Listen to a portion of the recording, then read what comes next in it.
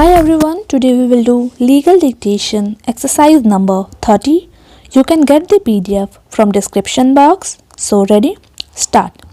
Subsequent to the dismissal of the second appeal, the appellants and the respondents compromised their dispute and such compromise was reduced into writing. According to the written compromise, the appellants were entitled to retain half of the two-third share of the land in dispute and the respondents were to retain the other half.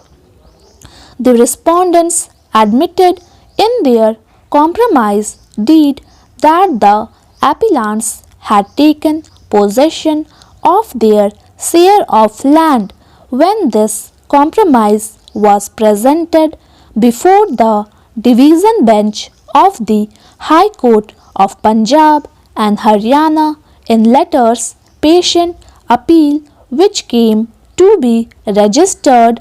The division bench of the High Court disposed of the said letters patent appeal in terms of the said compromise petition.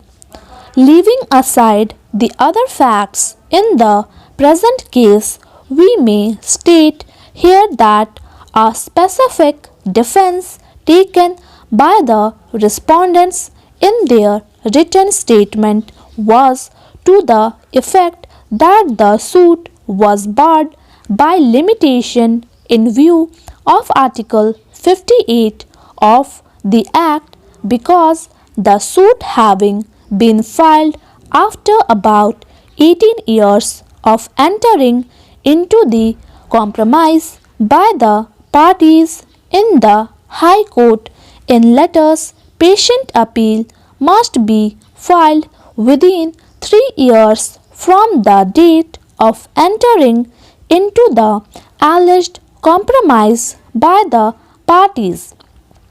Accordingly, the respondents alleged that the suit must be dismissed on the ground of limitation. We make it clear that since the only question involved in this appeal is the relating to the question of limitation, we have not considered the other aspects of the matter in this judgment. After the parties have entered appearance and led evidence in support of their respective cases, also on the point of limitation, the trial court held inter alia that the suit was barred by limitation in view of Article 58 of the Act as the cause of action arose in 1972.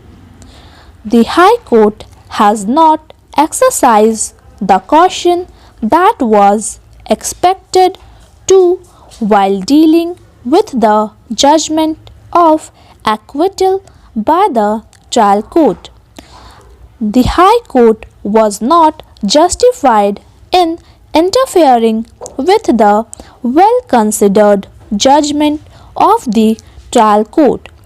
The judgment of the High Court is set aside and that to the trial court is restored.